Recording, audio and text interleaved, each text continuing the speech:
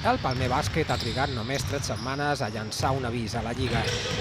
Malgrat que l'Alep Plata encara està en fase embrionària. El triomf a Eivissa, el ple de victòries i el colideratge han posat en alerta els seus rivals.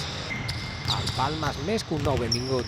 Nunca esperas tampoco, sabes, el inicio que vas a tener, ni a nivel de resultados. Lo que sí se intuye es que el equipo va a competir, sobre todo por la manera que tiene de trabajar, la mentalidad que ya arrastran de la temporada pasada, más las nuevas incorporaciones que yo creo que se han integrado muy bien en el grupo, lo cual es clave, en el grupo, en la filosofía, en lo que es el club, en lo que pretende transmitir el club.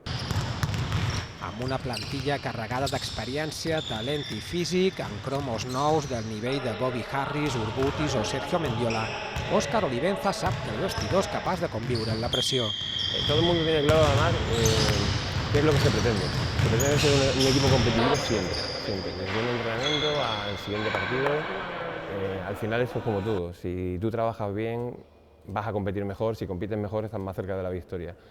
Aquí no se renuncia absolutamente a nada, respetamos a todos y cada uno de los rivales que tenemos, pero tenemos la intención de ganar todos los partidos a los que nos vayamos a someter esa semana. El projecte creix, però s'ha trobat amb el problema de la manca d'instal·lacions.